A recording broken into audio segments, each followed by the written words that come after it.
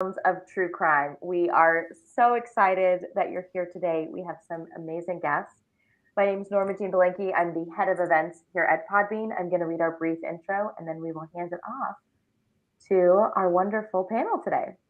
Welcome back, everyone, to Storytelling Podcast Week and our October Roundtable, The Sounds of True Crime, podcast sound design live panel featuring Brenda Ganske from the Horrifying History podcast and Carrie Arrick from Yaya Podcasting, hosted by Motzie Dapul of the High Night Podcast here on Podbean.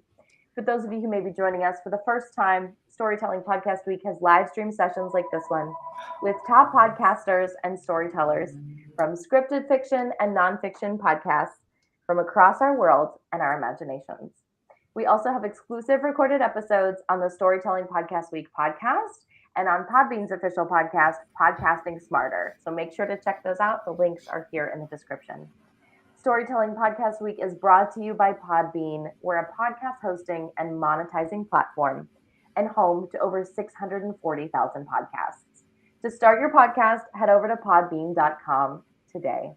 And now we'll jump in. Hello, Motzie. Hello, Brenda. Hello, Carrie. How's it going? Hi. Great. Hello. It's nice to see all of you. Here we go. Welcome, everybody. So just to reintroduce myself, my name is Motzie, and it's nice to meet you both, Brenda and Carrie. I think we're just going to start off with something really simple and fun, obviously. I'd love to hear about both your podcasts. I think we'll go by just alphabetical. No worries. Yeah. So we'll ask Brenda You're a busy lady. Yeah, everyone wants to talk to you. You're very popular. I wish they'd stop. No worries. Absolutely fine. But yeah, so we'll ask Brenda first. Brenda, can you please tell us a little more about your podcasting and a little bit about yourself as well? And then right after we will do a little bit of a clip for you. So go ahead. Well, I'll start with Horrifying History. Horrifying History, we released it actually on Podbean in October of 2019. We just had our third anniversary. And I like to say it's the place where fact, history, lore, and supernatural collide. So on our show, basically how it works is we choose a topic and we tell the history and the legends about that topic. And we review any scientific evidence or historical documentation to give our audience all the information they need to have them decide where the truth actually lies. And we love telling a great spooky story along the way. So as for myself, do I come from a career of podcasting? Nope. I started listening to podcasts only in 2018 because my girlfriend and her brother were starting a podcast themselves. And of course I had to support my girlfriend, friends support friends. And I listened to it and I immediately fell in love with the genre. It's almost like I like to compare it to the world of when we just had terrestrial radio and then we evolved to satellite. And when you had terrestrial radio, it was so controlled, for lack of better terms, and a lot of commercials, as we all know. But then when it came to satellite, it came to a world of more of you can actually say more, and there wasn't so many just like restrictions. But podcasting to me is almost an extension of that. And it allows like a normal person like me who's never podcasted in their life to go down into their dark, dank basement and create something really fun and cool for myself, which luckily turned into something else, something bigger. It grew its own life. So I actually, believe it or not, it was in healthcare for years, and actually went and worked frontline healthcare, moved into analytics, and I actually bring a lot of that to the show because our research is everything. And again, that's why we bring you guys the stories that you don't normally hear.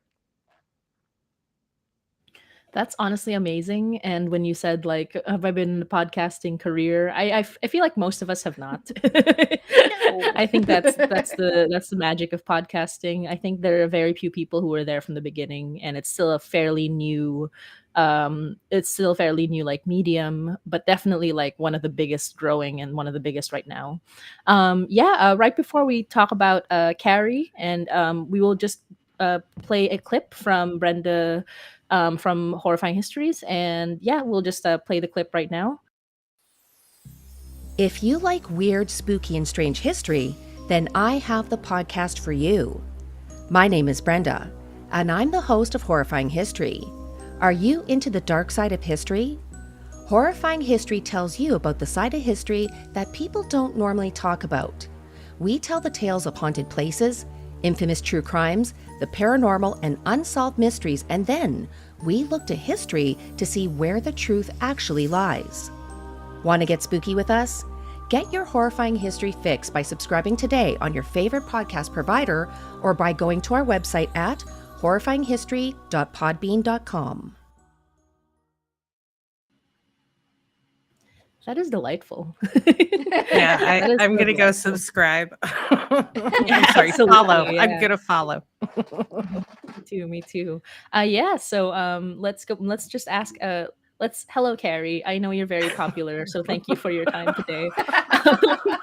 I'm really not. Thank you. It's like the one time I get a text message, right?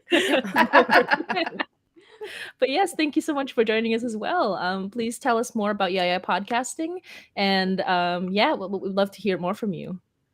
Yeah, so I started originally podcasting in 2014, and this is, like Brenda, this is not where I come from. And I fell in love with it, and I loved the post-production side and started doing it for other people in 2017. And in 2018, I went ahead and founded my company, Yaya Podcasting, and I have gotten to work with some phenomenal people, independent podcasts as well as productions for Sirius and iHeart. And what I mainly do is the editing and scoring and sound design and the mixing and mastering. And so the clip that I have to share with you today, unfortunately, I can't tell you the name of the podcast, and I can't tell you too much of what it's about, except for it's about murder. But I have it's a really cool show, and it should be coming out next year, which I will gladly share with you. But one of my loves has always been sound. So sound design, while surprisingly no background in music, and no background in audio at all, but I have always listened. So and I get nerdy about the science of it. So I just kind of fell in love with the sound design process, and I love to make things kind of scary and spooky and anxious and tense. So That's so exciting. Oh my gosh, thank you so much for sharing this clip with us. We can so it's gonna play right now, so we can hear your mastery of the of the audio. There was no key. Popped it off, broke the lock. I smell something that is, there's nothing that can describe it.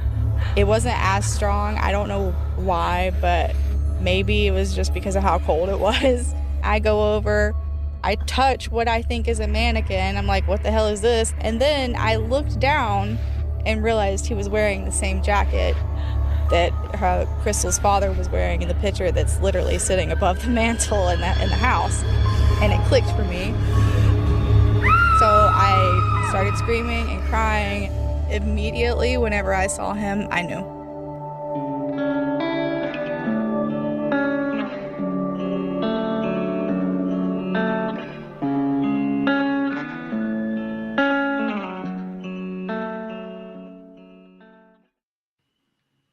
Spooky. Oh, that's so exciting. I know you can't share too much about the details, but yeah, it's very exciting to hear what is coming up. And even though you said that again, you don't have like a history in podcasting before you started, for 2014, you're almost podcast old blood, and that's kind of like for a young medium like this, that still means a lot. That's like the first big rise, I think, of yeah, podcasting. yeah. You know, And I like started, there were definitely. Mhm. Oh, sorry. yeah, Go I on. started listening well before that. And my favorite podcast retired. So I was like Mhm. Brenda said, you can just pick up the microphone, go down into your basement and make something, that you love. Yeah, I can definitely relate to that because, as with both of you, I also had no podcasting experience when I started, which was 2020, which is, I think, a lot of people's starts in the podcasting community. My particular title is a fiction audio drama about it's basically, we thought it would be a fun horror podcast. We did not expect it to be scary. And then when people started listening to it, they were like, why didn't you tell me it was scary? I'm like, so that's the wonder of the medium. Yeah, so I will ask a couple of fun questions about audio sound editing, essentially, which is what people are here for. And I hope you guys can give me a lot of really interesting information. For the first question, which is, tell us a bit more about the production, sound design, that sense of like fear that inspires your work. And I think I'll ask Carrie to go first for this one. Go ahead, Carrie. So in terms of production, and I am speaking more kind of the corporate side, but I would do this for my own podcast, is, everything starts with a script. And hopefully whoever has written the script has kind of thought about the sound design like a little bit, or sounded like oops or sounded or like has an idea of what they want that sound to be, whether it's sound effects and music. Typically they have a sense of that. They don't always. So I have to really think, I have to read all the scripts. So that's really where I started, reading all the scripts and figuring out in my own head, what is their vision and how do I translate that sonically. And then I get into really the listening, right? I will edit the dialogue, and then I will go and have a moment with some music, right? And I try to pick that one piece, that like theme song. So in that clip, you heard, after all that drama, there was this guitar that came in at the end and took us out. That's actually the first part of the theme song for this podcast. So that was actually picked later, but I had picked a piece of music, and that's really my starting point for what the sound is going to be like. What are the elements in that song, and then how do I, or I find different pieces of music that kind of fit sonically, harmonically, with rhythm, that piece of theme music. And so I think the theme music is super critical, because it really, allows you to have some guardrails, right? One of the biggest creative challenges, especially in this kind of work, is like, there's so much to choose from, right? It's so easy to go and listen to 100 pieces of music and you're like, what? So that theme song, having that kind of defined for your show, gives you a lane to stay in and play with. It's enough. Like, it's the smaller box of crayons that you have to go through to find the color. And then in terms of sound effects, it's really directed by like what I think first of all, what's in the script, but that's usually like, what are those dramatic moments? What scenes are you trying to create? What do you want the listener to feel with the sound effects? And I guess we'll talk more about sound effects later, but my inspiration, really, I'm a big horror fan. I mean, I love horror. So being able to do this is kind of a dream come true. I do use, certain frequencies trigger fear and anxiety. And so I do use that in these shows. I love using it. Yeah, that's fantastic. And yeah, when you mentioned the theme songs, we definitely, like, the first thing, or like first step in creating like the story and the mood was the theme song. So I don't totally get what you mean. We will go into a little more about forming tension with certain sounds. But Mhm. first, we'll ask Brenda, like, what inspires you? Like, what do you put into specifically the editing side? Because I believe you also host as well. So, what inspires you when you are forming the episode in the first place? Um, Actually, I'm going to go back in time to when I was starting and actually trying to figure out what I wanted to do to begin with, to be honest with you. And when I originally had started, I, I I was thinking, do I go with two hosts? Do I go with one host? How do I want to do it? And I originally thought, okay, I'm going to go a single host because this is going to sound very silly, but when I go, I do everything from writing scripts to hosting all the way through the production end. Basically, every episode you guys are seeing is me in a nutshell. And when going back to what I wanted for story ideas, even just story ideas, what our listeners are hearing are tales and subjects that I've always been interested in, and I just wanted to dig into more. I've always, just like Carrie said, I've always loved creepy stories, but I always found that truth is scarier than fiction for the most part, for me anyway. So I also get a lot of things that our fans send us. So, and again, looking into that, and if it interests me, we go forward with it. But when you're going into the production side, from day one, I was very conscious of what I wanted. And this is, again, it's going to sound very silly, but what I do is I actually literally imagine myself that we're around a campfire and telling spooky stories. And how do I bring that feel of a campfire storytelling thing, event as a kid to audio?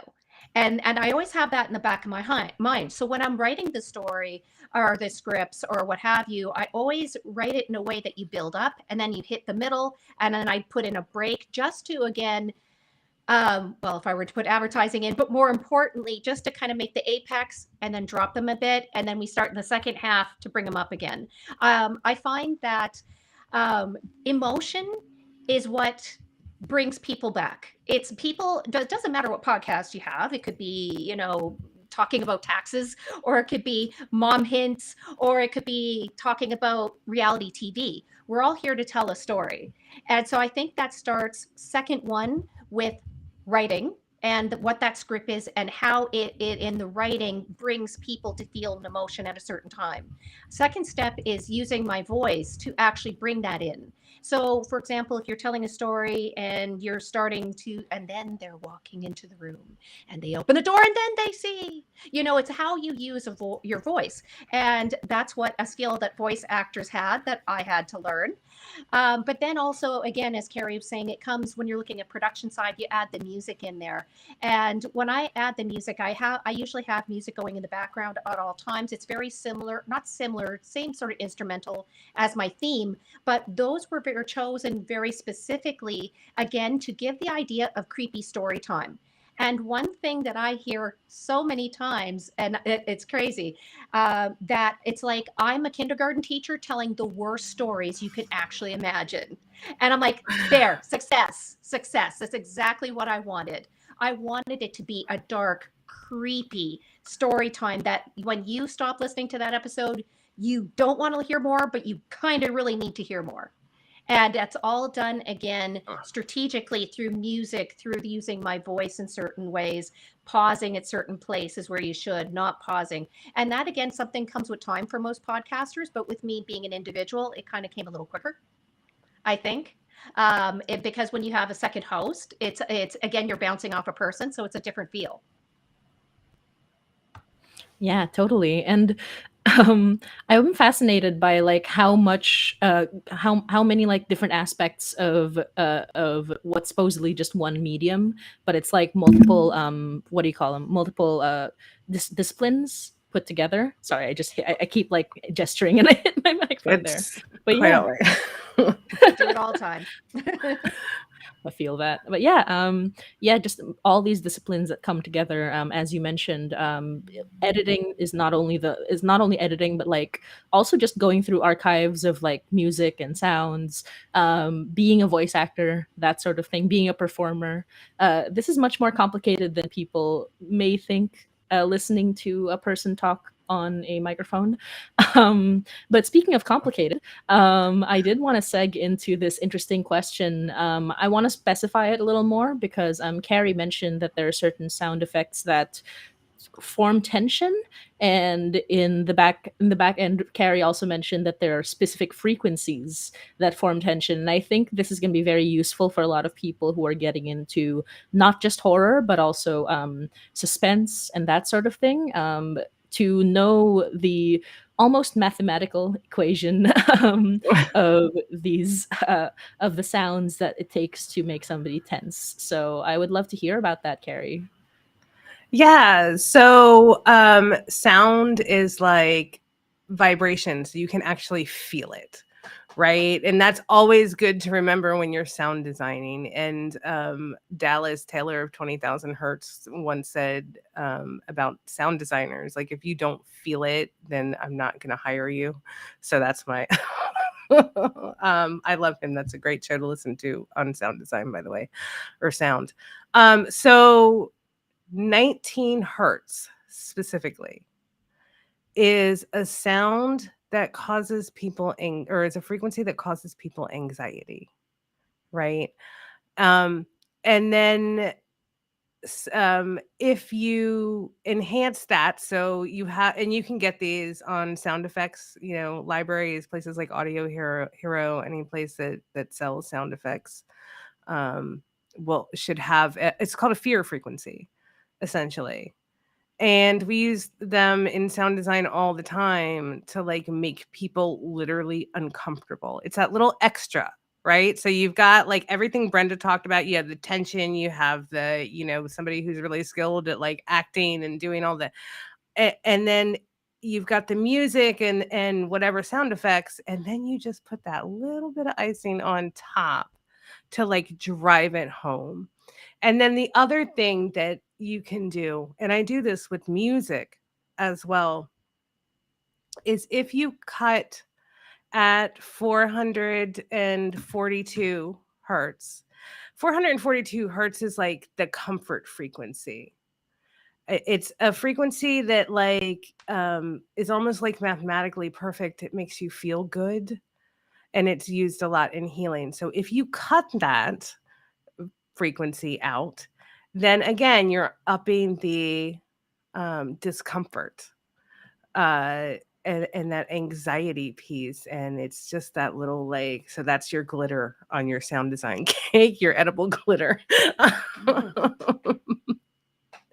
But knowing kind of the science and how frequency and which frequencies, because there's a lot more. I mean, there's frequencies are very interesting. So just kind of reading up on those ways, those frequencies, and how to use them to make people feel good or feel bad. Because you can play on the tension and release, right? Because I feel like basically what we're doing as storytellers, whether it's making the whole podcast as an independent podcaster, or whether it's just being part of a production, is you are creating moments of exertion and rest for the listener, right?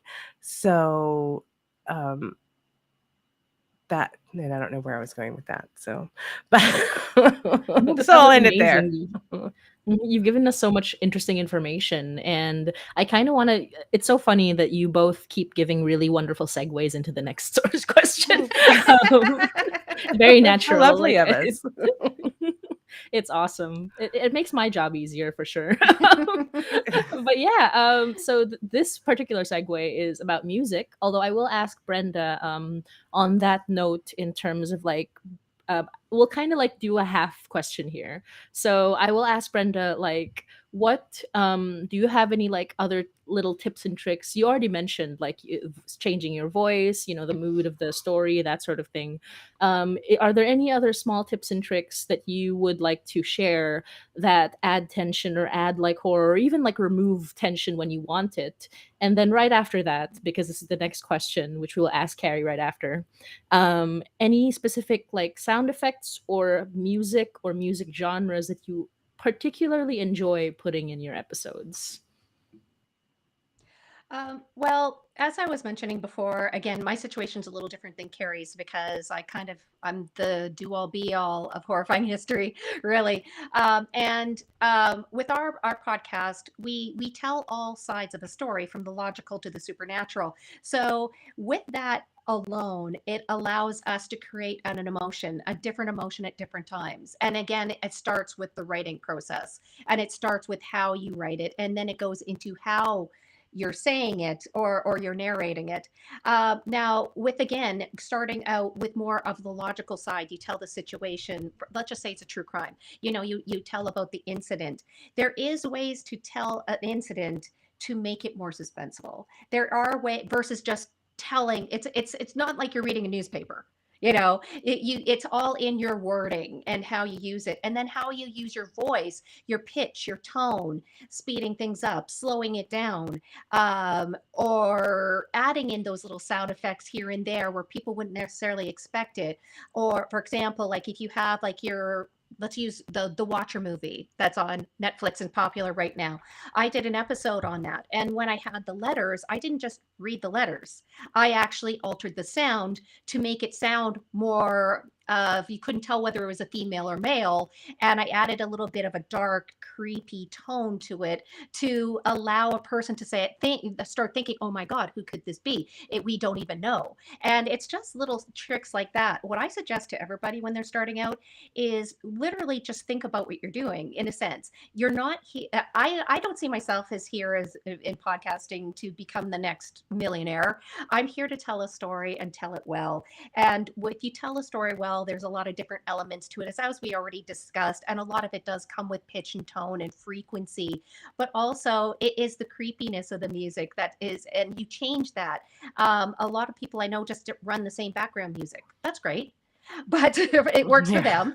But for me, I don't do that. Mine ebbs and flows, and it ebbs and flows when the certain points of suspense is coming up, and down we go.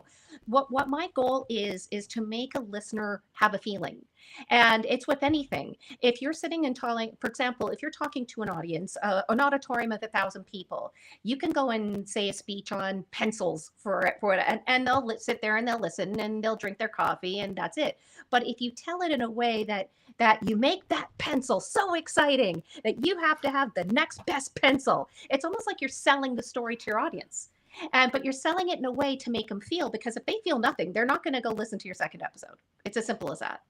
And I've always been a storyteller in my life, without being a professional one. But I just brought that in and cranked it up a little bit. And it's actually kind of funny. One of the things I always think about in the back of my head is Dwayne Johnson. And I was watching this episode of him on Titan Games because I love the guy who doesn't. And they were actually talking about his persona. And I actually created a persona. So who you're talking to right now is not who you get in my episodes. I actually put on the suit in my mind of my persona, which is a dark, creepy girl, like a ghost walking through a graveyard, and you just have to follow her. She's so alluring. And then, she rips your face off. But the point of it is, I have to put on the persona to get in that mood and feel and bring that forward to my listeners. And what The Rock said is the best persona that you ever can make is you just cranked up about 200%. And that's what you get. You get the girl who's in her basement who likes the creepy stuff and loves reading Stephen King, just cranked up 250%, but in the same time using her voice to be able to tell a story well.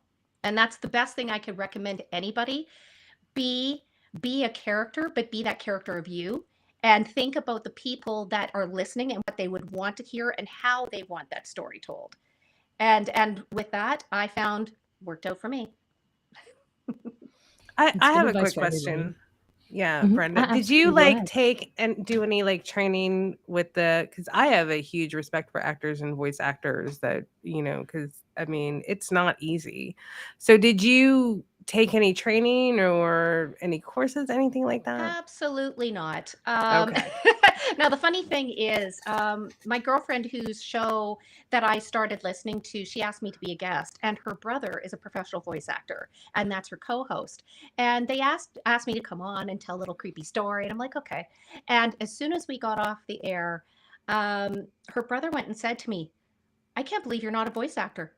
He says, you tell a story so well, but at the same time, when you're telling it, he says, you can't help but listen. And he says, you become enraptured. And he goes, and you just told the worst stuff ever. And it's okay. And he says, really, I just don't know how you do it. And I said, I guess I'm a natural storyteller. I have no idea. But it worked out for me well. I'm just lucky, I guess. No, that's awesome. Yeah, But it is. but in all seriousness, I couldn't do it unless I put on that persona. That's my trick. I love Mhm. that. I love that. Yeah. I heard a bit of it. It's very lady of like evening lady, dark lipstick, guiding you Yeah. through a graveyard, The exactly as you goth said. girl going through the Mhm. graveyard. I even had my promotional shots done, and I found a photographer, and I'm like, okay, I have an idea. You need to take pictures of the persona, and I explained it to her, and I'm like, I'm gonna just send you some pictures of ideas. And Mhm. I said, that is what I want. I don't want people to see me when I'm on air or when my pictures are out there. I want them to see the persona to keep that feel carried over to the episode. And she's brilliant. This photographer was brilliant, and she actually took the picture for my logo. And that was when it was a hot summer day, and I'm just sitting there in the graveyard, because we did go in the graveyard. And I'm just sitting there leaning against a stone saying, why did I wear a leather bustier? This is the stupidest thing I've ever done. Oh my And goodness. but that is That sounds why horrible. but I think that's why she got the look of polite death in my eyes. Polite death. That's so true. Because I thought I was about to die. but needless to say, those who know me get a kick out of my podcast. They love hearing it because they know me, and then they know the persona, and they absolutely love the persona. That is awesome. Yeah, the personality is like what brings people back, I'm sure. It's like so that's what makes it. Like people will just like hear a person that some even if it's character, or even if it's the person, as you said, like cranked up to 11. Once they resonate, they're gonna keep coming back no matter what. It's great. It's And wonderful advice for anybody. And I actually watched an interview with Ryan Reynolds, because who doesn't love Ryan Reynolds? And he actually Mhm. suffers from generalized anxiety disorder. And I suffer from that too. And you're thinking, Ryan Reynolds, seriously? And he actually says when he does interviews, he mentally puts on Deadpool. His persona is Deadpool. No. And as soon as I Mhm. heard that, I'm like, that's how I'm going to do it. And honestly, it works very well for me because it puts me in a completely different mindset. And it allows for me to record easier wearing the persona, for lack of better terms. When I'm not in that headset, I really can't record. But once I kind of mentally put on the Deadpool suit, I'm good to go. It's almost like a costume. Like this is Yeah. A little a bit. Halloween or something. Yeah. Oh, I love it. Yeah. You might have noticed that some of us, obviously Brenda is wearing the wonderful like little skeleton, and Carrie is wearing the lovely little ears matching her adorable cat in the background there. I didn't have a costume for this particular one, so I just grabbed Knitting No Face, and he's just hanging out today. So that's what this was the Aw. entire time. But yeah, so I did want to ask because I'm intrigued by back to Carrie, and I just want to like say I'm intrigued by the concept of just using music in podcasting, and I'm sure a lot of people will want to ask this as well, because one of the biggest I think hurdles a lot of people have to get over. If they're smart, is knowing what music can be used. Like, unless they're musicians who can make their own music, and how wonderful would that be?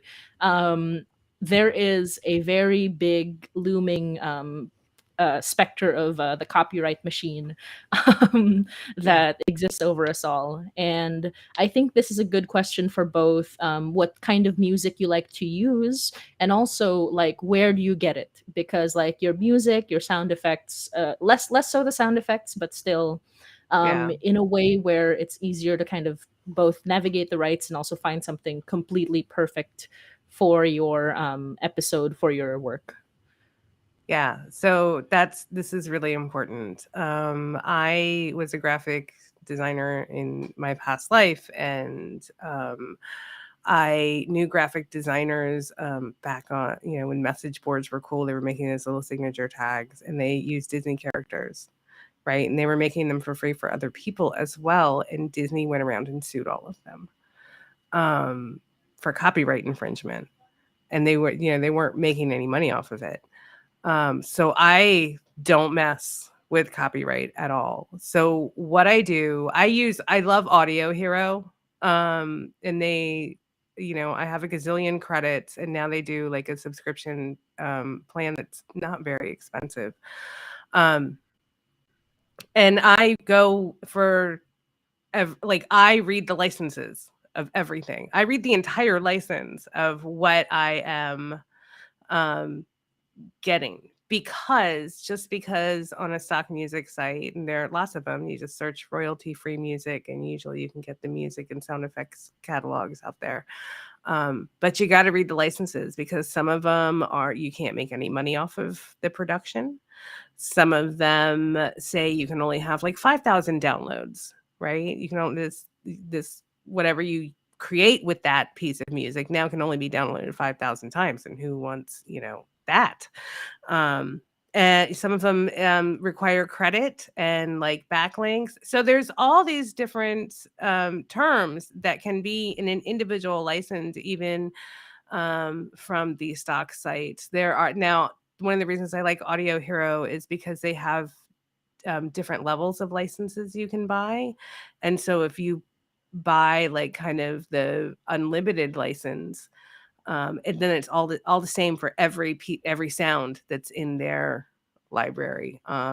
And so that, so I can read one license, and the only thing that's changed is the piece of music. So copyright is super important, right? You wouldn't want somebody to take your podcast, repackage it somehow, and then like put it out in the world as their own, right? Or, so that's another reason to like take copyright very seriously.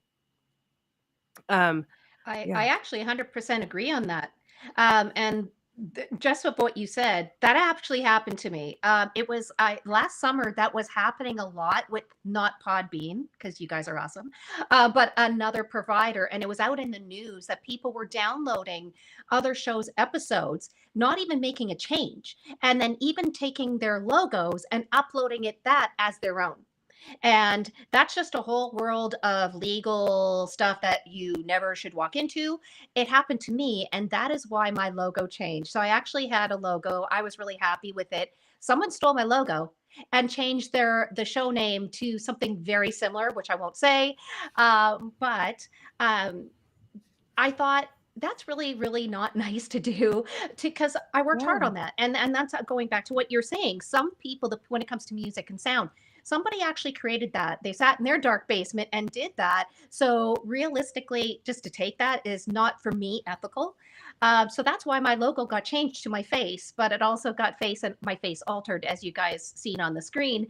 Because I thought no one can steal my face, right? Exactly. and going with that, the same sort of idea is, if you create your own sound, my recommendation is for you to either copyright it yourself and make sure you protect your own intellectual property. And I've taken those steps too after that, because I thought, who the heck's going to steal my stuff? Well, somebody tried and they stole my logo. Mm-hmm. So I do know some shows that had actual full episodes stolen from them. And to me, that would be devastating as a creator who put all this work into it. Again, I do everything. It would be devastating to me. So I 100% agree on what you're saying. Just again, legalities of it. You really could get in serious trouble, Yes. but also the ethical side of it. Are you really producing what you really want if you're stealing it? Mm-hmm. Exactly. And there are some Be a people that jerk. just don't care, and that's like, it's kind of dangerous for a lot of people who do care. I will share like a small anecdote, and also just my source, because I do enjoy the freesound.org, which actually does like provide, you don't have to subscribe or anything, but I do give them like a monthly donation for the amount of help that they have given me. Yeah. The nice thing about Freesound is that you also get like, you can filter by specific copyright. So I would always filter by Creative Commons 0, which is basically just like, use it however you like. There are certain Creative Commons where you can use it, but not for profit. Like as Carrie said, you have to really read it. You have to read the Yes. fine print. You have to familiarize yourselves with these terms like Creative Commons, Creative Commons Zero, et cetera, et cetera. They're pretty easy to remember once you know them. And the other thing is, and this is a very funny one, I did mention that some of my characters have a very specific love of 1920s jazz, pre 1924, because that is the that is the limitation of a copyright. That's very I knew where you smart. were going with So I that.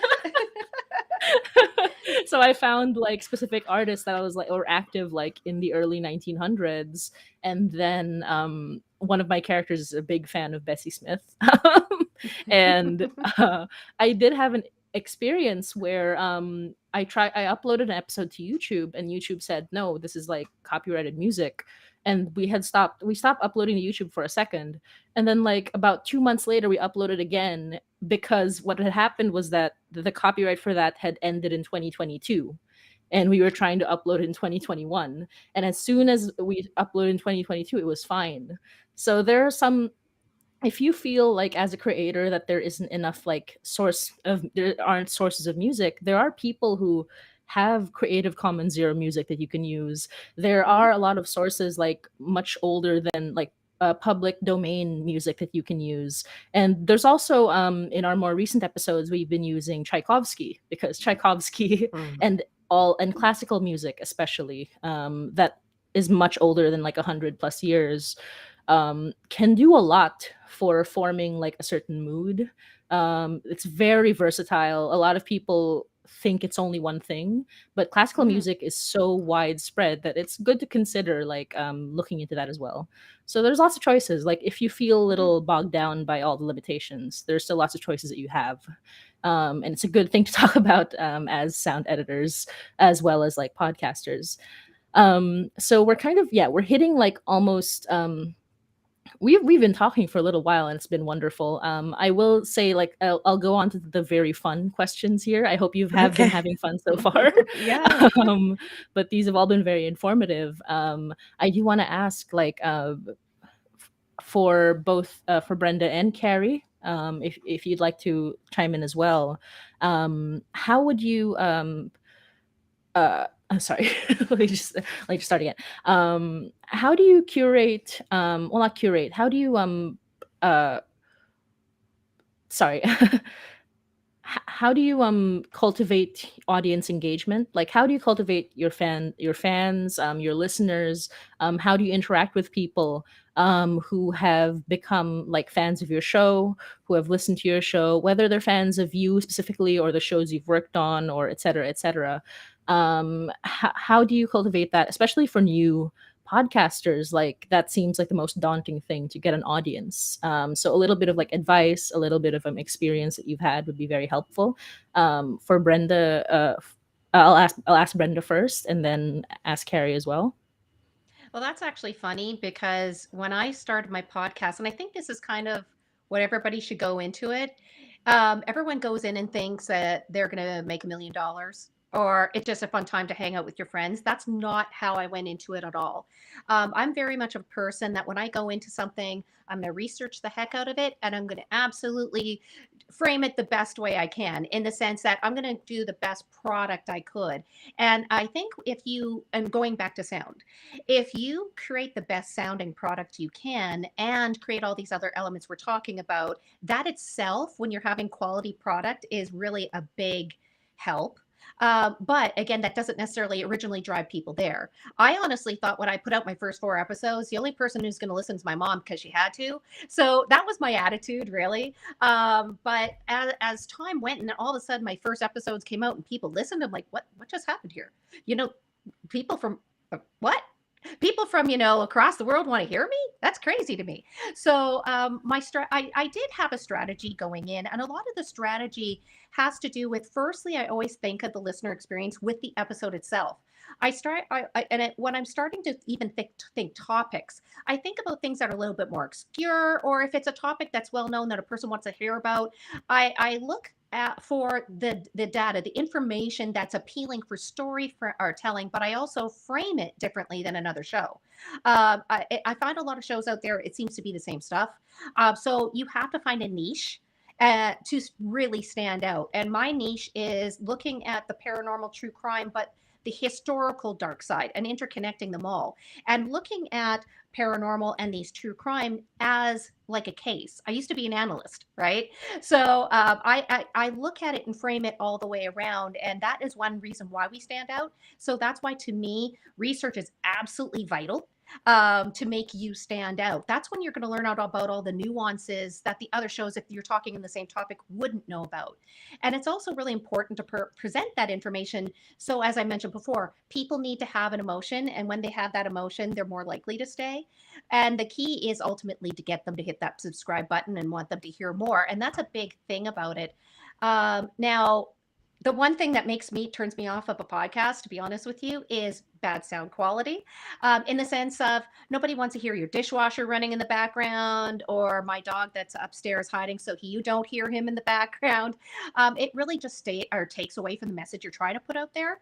But it shouldn't be about just delivering your content and calling it a day. Now, I'm a big script writer, and the reason is I find a lot of podcasts, when they are just doing it one-on-one, they really go off track. They just right off that topic. I am a script writer, so I keep me on track, and I write it in a way to pique interest. But when you're looking into other little nuances that I do, I also use the opportunity at the end of every episode to pique their interest for the next episode, to kind of give them a little taste of what's to come and want to come back and hear about it.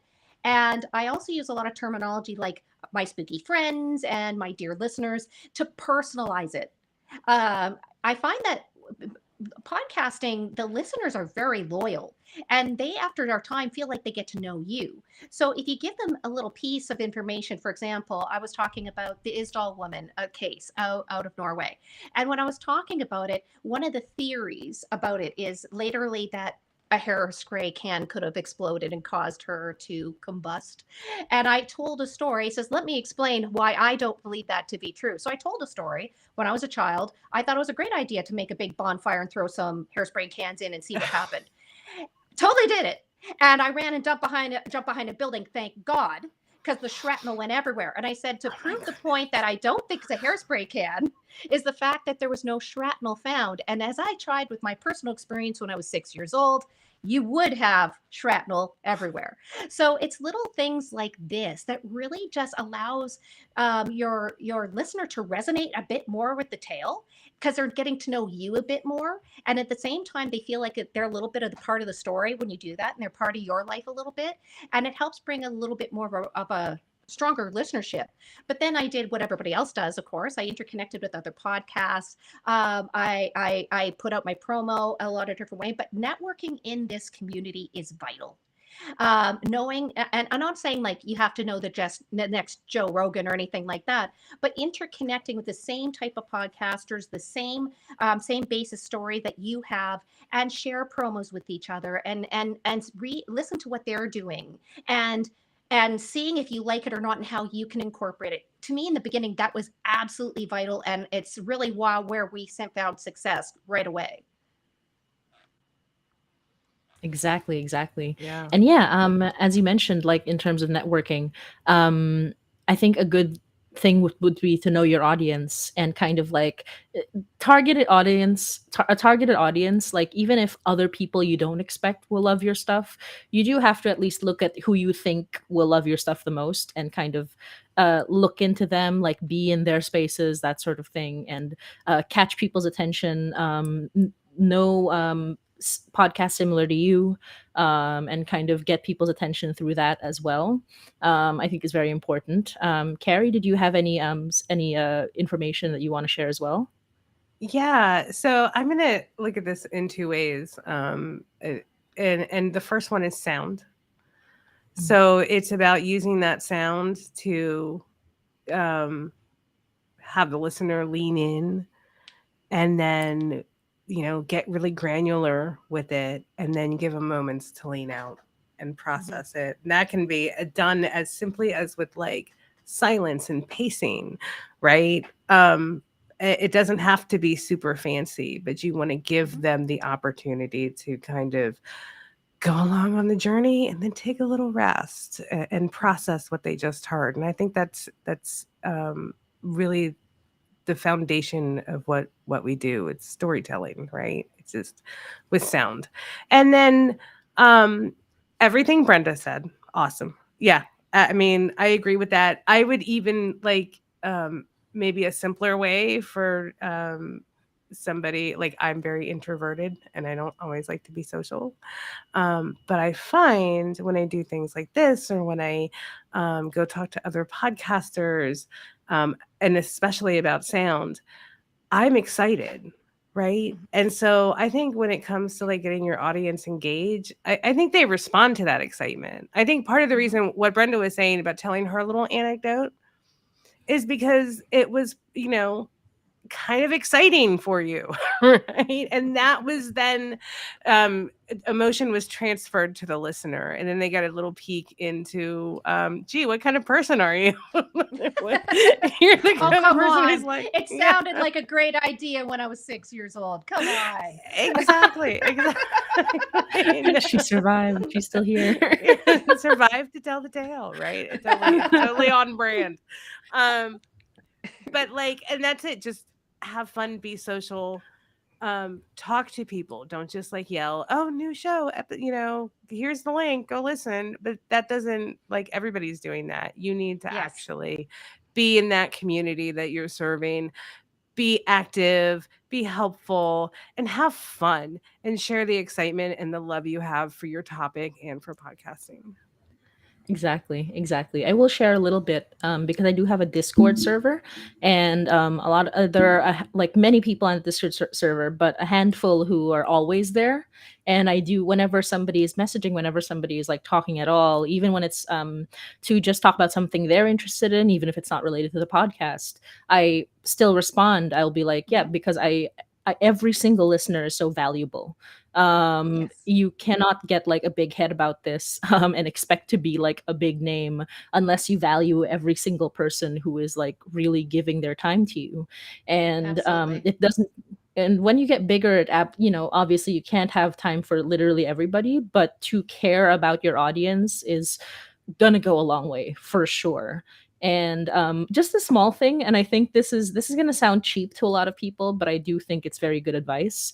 When you are quote unquote selling your podcast, or at least encouraging people to listen to your podcast, you have to be able to on the fly know a similar podcast to yours or a similar medium to yours, because people who don't know your podcast will have no frame of reference. And if you should provide that frame of reference, an example would be for us, we went semi-viral right before we released our first episode, because we were saying that we are somewhat similar to the Magnus Archives, which is a very big name podcast in the audio drama sphere.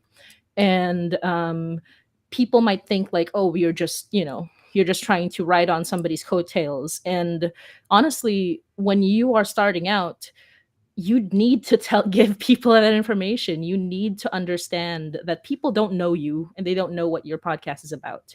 And in order to get them in the door to decide whether or not they think this is this is worth their time, you have to give them that context. And it is very important for the new audience and for people who don't know you to know you in that small way. And it also shows that you understand your own podcast, because if you cannot think of anything similar enough to your podcast to tell other people, that means you don't really understand your own podcast. And that can be a very bad thing. Yeah. And I yes. just want to, so like, when you're pitching a podcast to a network, literally that's one of the tricks, is to like reference another podcast. So especially a very big podcast, a very successful one. one that like everybody's going to know. And I will say, like, though I work in corporate podcasting, I also work with indie podcasters too. And I will say, when it comes to podcasting and being able to get an engaged audience, like especially in more creepier stuff, I really think that indie podcasters have it down. Like, I don't think they do it quite as well in corporate. So don't fire me. This is a new podcast. Thank you so much. We won't tell anybody. We won't tell anybody. But yeah, I do want to say, like, do we have time for one more question, Norma? I think it's the nice ending question. So I will ask this last question for everybody, which is things you're allowed to talk about. What are you most excited about? And can you tell us about the future things you want to promote right now? Let's go with Carrie first, and then Brenda.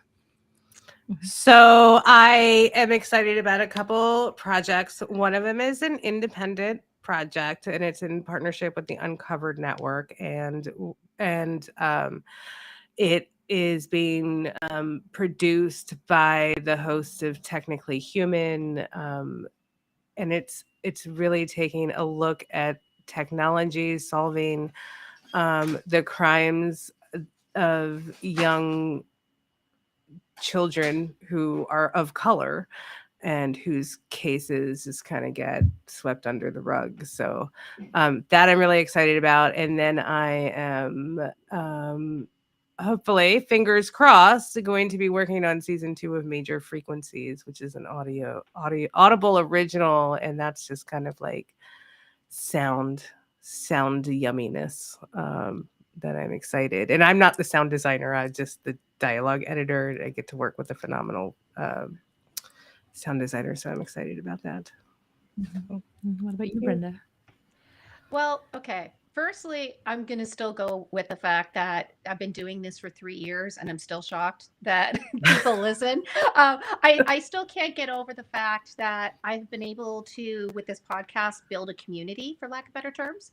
And I'm really proud of the community of listeners we have. They're amazing people. And whenever they reach out to me, either social media or email, what have you, I reach out back to them. And I think that itself, for them, makes them very loyal, that they know you care.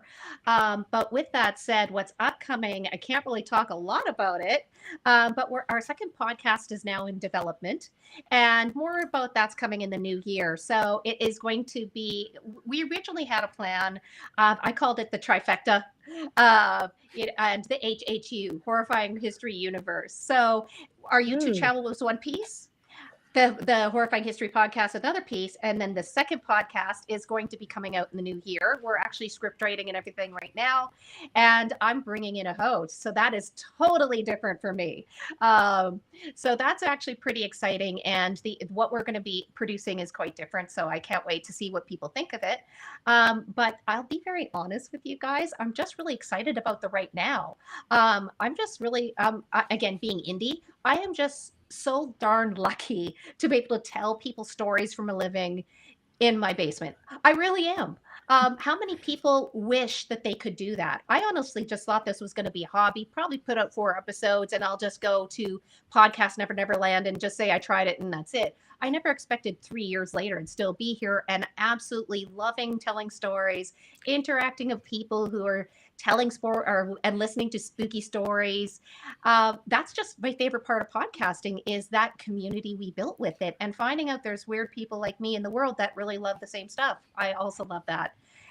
We also are doing some interesting things with the group that we have. Again, one of our big things we're putting out for Halloween, it's, believe it or not, a 2.5-hour episode of I'd say about 20 some podcasters telling all their dark stories around a campfire.